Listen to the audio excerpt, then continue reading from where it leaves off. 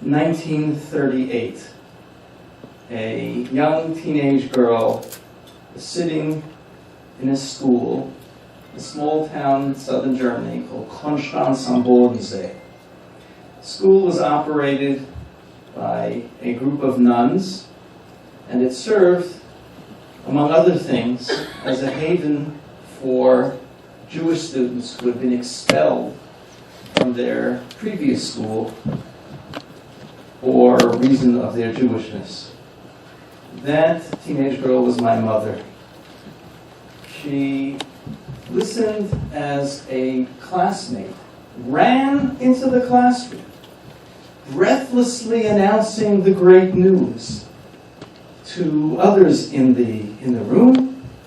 You've got to come outside and see what they're doing. They're burning down the synagogues. My mother, one of the few Jews in the class, did run out to see if her mother was okay. The next day, she and a friend went back to the burnt-out hulk of a magnificent synagogue in Konstanz and gathered up the remnants, the charred remnants of the Torah scrolls that they could find, and took them and buried them in the local cemetery. My mother survived the war. Her friend did not. In a world that, in the words of an Australian official, did not want to create a Jewish problem, and therefore turned its back on all those who tried to flee the results of Kristallnacht, her friend tried fleeing across the border to Switzerland, where he was shot by the Germans.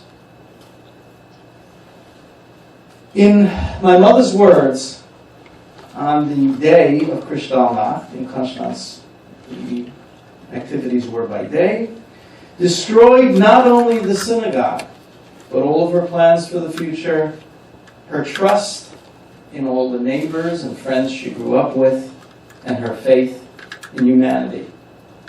I used to think that because of this, I had a personal stake in the events that we commemorate tonight, but the truth is that this is not correct. There is no person on the face of this globe that does not have a personal stake in what we commemorate tonight. De Tocqueville once famously stated that the measure of a society is how it treats prisoners. I think after the Holocaust we can say that the measure of humanity is how it reacts to genocide.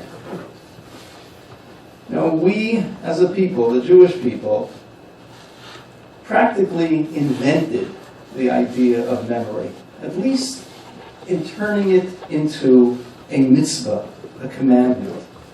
There's a line in the Bible that reads, Binu shenot dor vador. Understand the passing of generation to generation. The great rabbi of the 19th century pointed out that the word in Hebrew, shenot, passing, also means shinui, difference. Know, when you study history, how times change, the difference between one generation and another. In that context, it's a particular pleasure to welcome Dr. Daniel Goldhagen once again to the Museum of Tolerance and to share his wisdom with us this evening. His first book that splashed his name on the international scene, Hitler's Willing Executioners, made the world understand just how Hitler pulled it off, to understand how the ordinary German participated as a willing accessory in the extermination of a people.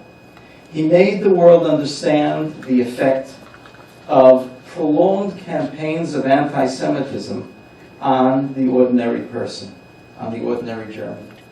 But you know, ladies and gentlemen, times have changed. There's a difference from generation to generation. In our day, just in the last few years, the capacity for genocide has multiplied. The ability to spread hate, virulent racism has multiplied by orders of magnitude.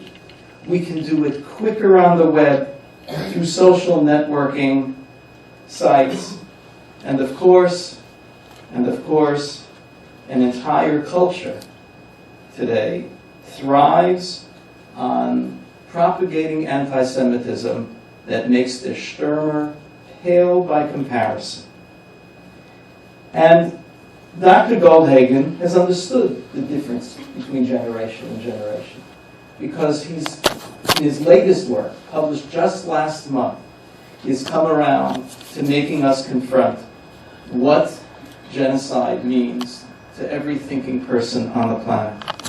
How genocide in general happens, and how the ordinary citizen of this world has to become aware of it, of its capacity, and involve themselves in the fight against it. So it's really a tribute to the evening, to Jewish memory, to those who perished in the Holocaust, to have him here. Before we continue, we'll just ask you to rise for a moment while we recite the traditional prayer for those who died, the 99 murdered on the night of Kristallnacht, who were followed by the rest of the 6 million.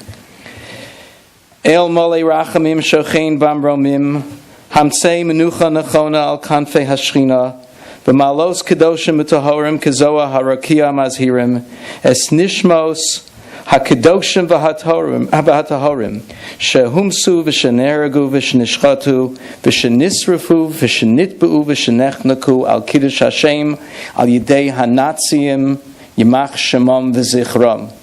Ba'avur shekol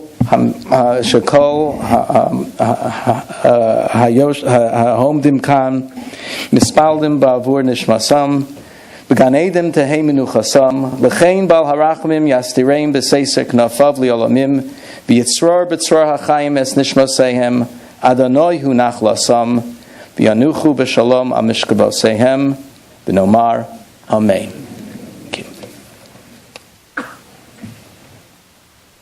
Thank you very much, Rabbi Adlerstein. Please be seated. I would like to recognize and honor those Holocaust survivors who are with us in the audience tonight, and I'm going to ask you please to rise as I call your name. Esther Stuhl, Bill Harvey, Andrew Gardner, Rachmiel Hakran, Esther Blanchard, Dorothy Greenspan, Shmuel Livni, David Feldberg. Thank you.